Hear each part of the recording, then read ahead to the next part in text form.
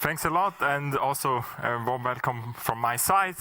During my studies, honestly, I tried to avoid a bit the geotechnics. I felt a bit overwhelmed by certain presentations today. I hope you will not have the same feeling in my presentation, since it will focus a bit more on material and inspections. But starting from the beginning, we already heard that we should avoid putting more and more concrete, and even more, one of the main degradation mechanisms for our reinforced concrete structures is corrosion, which already came up also today. This problem is expected to increase over time, especially in industrialized countries. Most of the infrastructure was built many years ago. In Switzerland, this was around 1960. These structures are aging, and we expect a significant increase in structures that need repair or at least a proper inspection to assess their safety. For a lot of type of structures, we have a lot of tools available to inspect their safety. However, for this type of structures, we really lack so far a suitable method. Even though it's the most common type of wall in the ASTRA network, which is Swiss Federal Road Administration, we really have a lack. We have estimated that we have more than 100 kilometers of these walls in Switzerland close to our precious infrastructures. The owners, that can be the state in Switzerland, that can be the cantons, that can be municipalities, or even private ones that are not even aware that this particular retaining wall is belonging to them.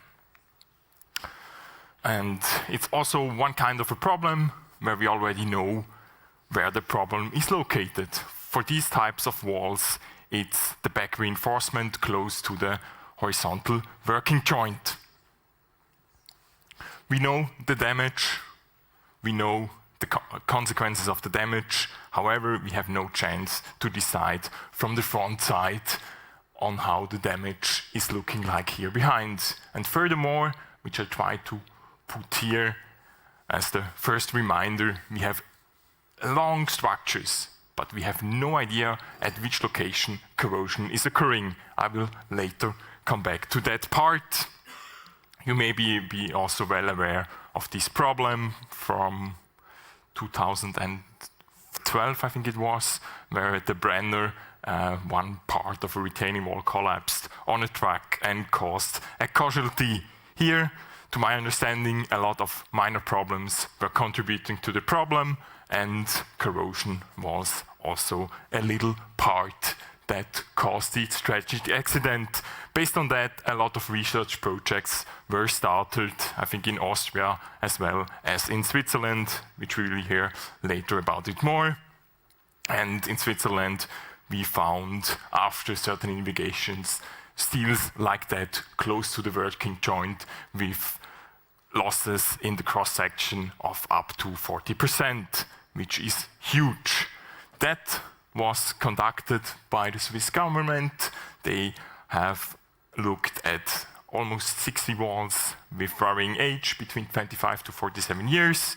They opened 259 elements of varying length, and on 42% of these elements, actual corrosion damages were found.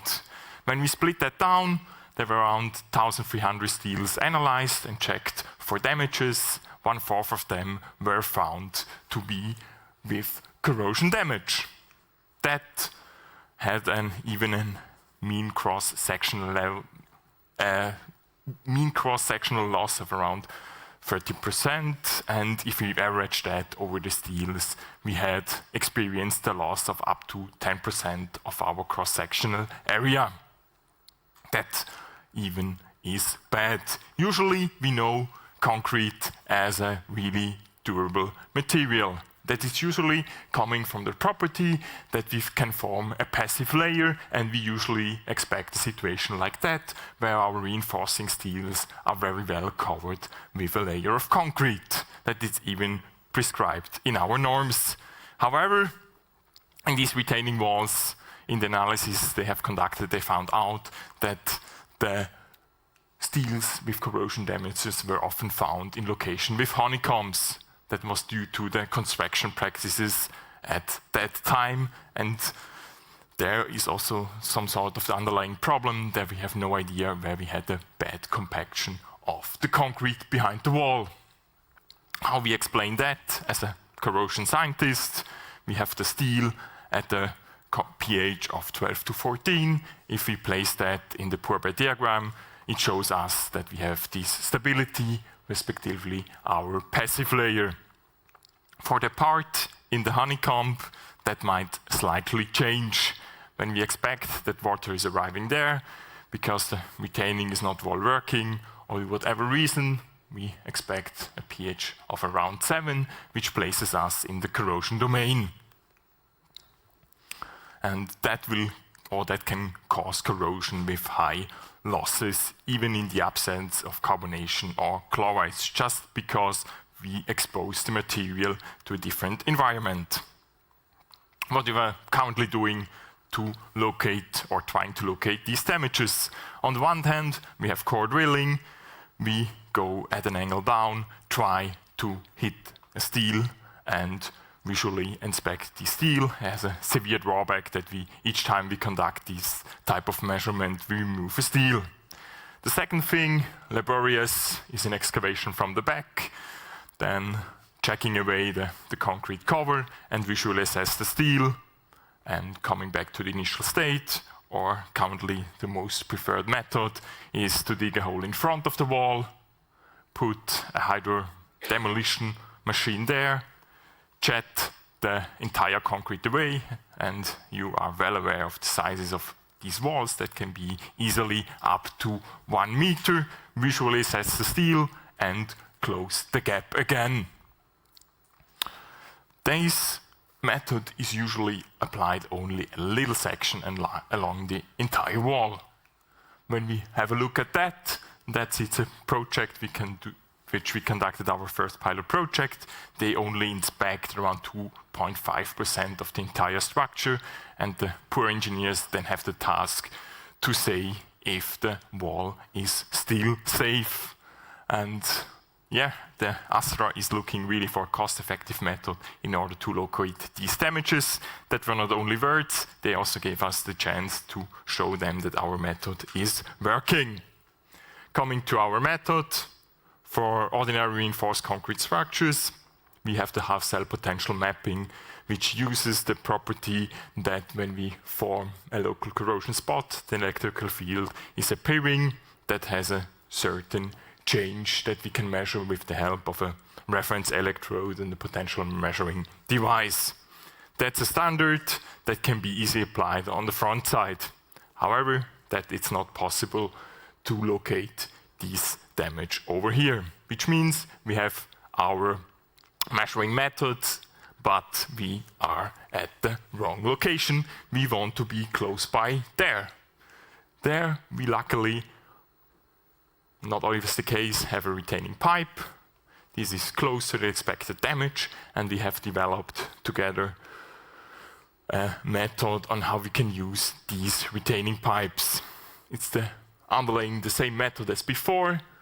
We make a connection to the reinforcement, and we use the surrounding soil as an additional electrolyte, similar to the concrete, which is entirely the same.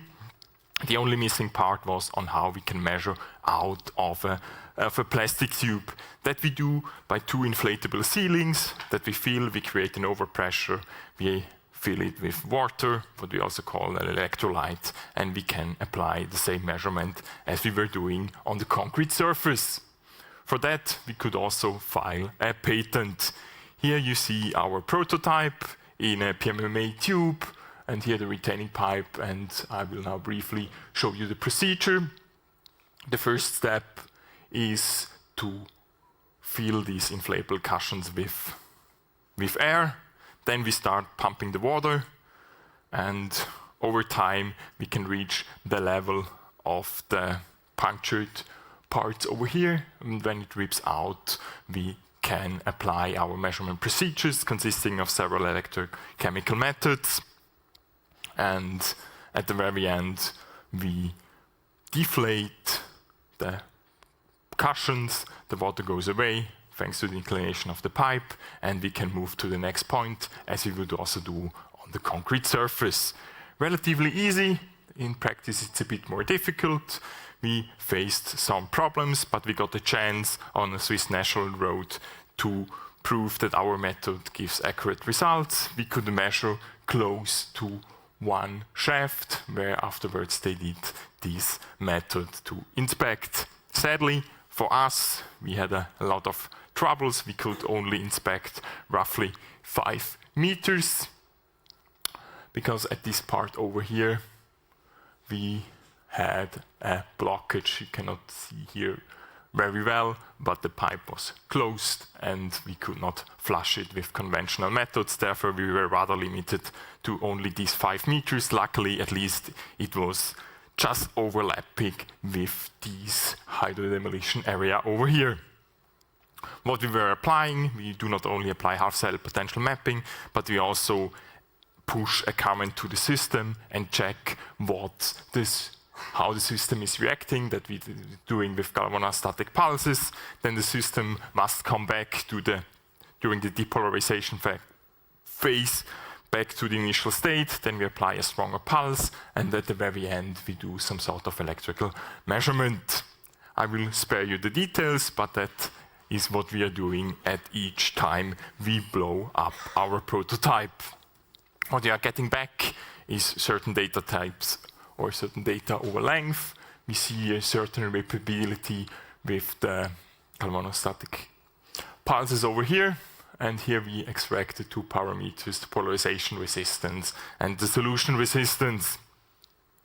Furthermore, our most trustworthy measurement is the half-cell potential mapping. We took the chance to repeat our measurement 3 times over there, and the repeatability is rather high, considering that each time we measure, we put an additional water into the soil, which usually is also affecting the measured potentials.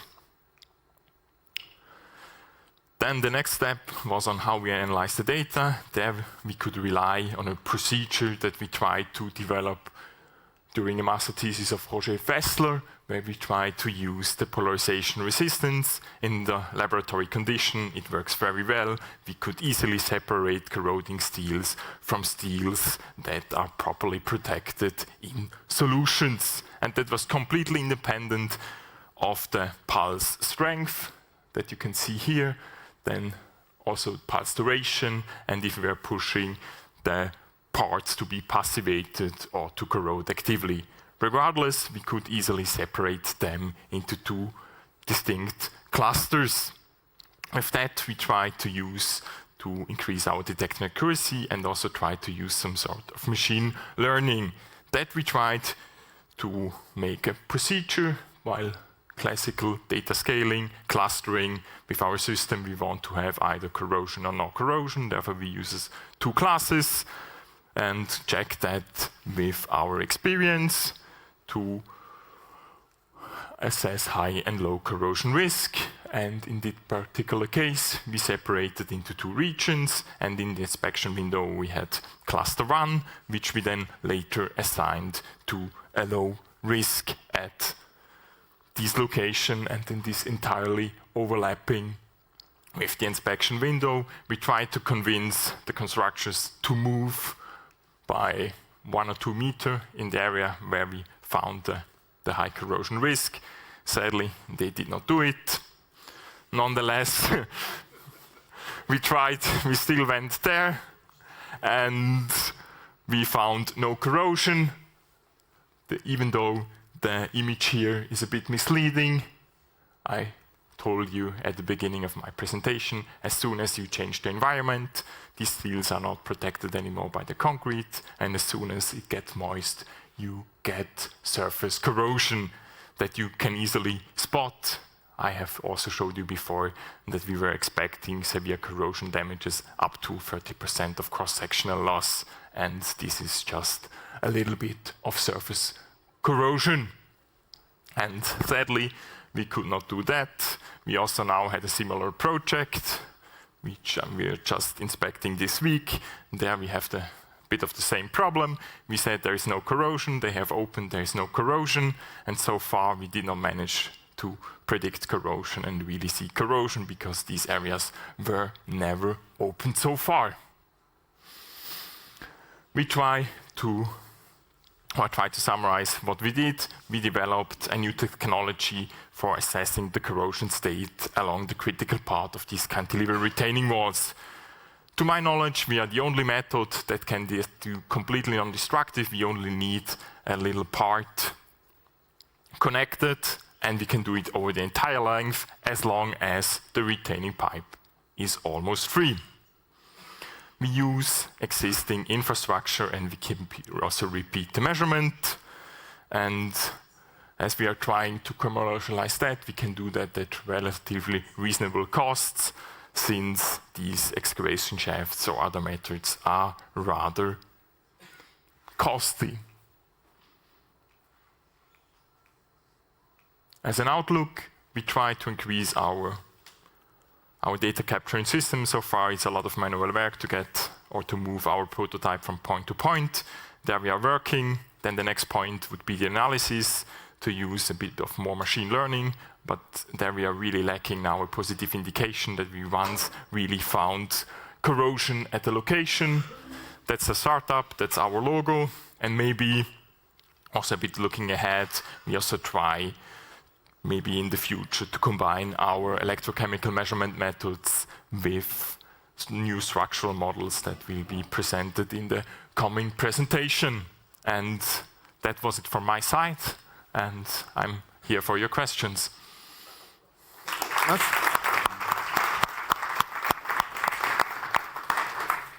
Thank you very much again. Are there any questions? Alexandro? Thank you very much for the presentation. How do you plan to deal with situations when the pipes are clogged? Do you have any measures against that? Yeah, there are certain companies that can do that, but the problem is that usually takes a bit of time, and it's really hard to get in these loops. We usually tell them, please clean the pipe with a standard procedure, which is basically they put in a tube and flush out a bit of water. They can do that only to a limited pressure, because if they increase the pressure too much, they will destroy the pipe. And if that is not working, as it was in the case as here, they also have certain drilling types of machines, but we were a bit under time constraints, and we could not book this company to open the pipe, but that will not be our core business. Mm-hmm. Thank you. We have time for one question more. Don't seem to be the case. I think the people are a little bit tired, but however, thank you very much Yeah, for thank your you. presentation.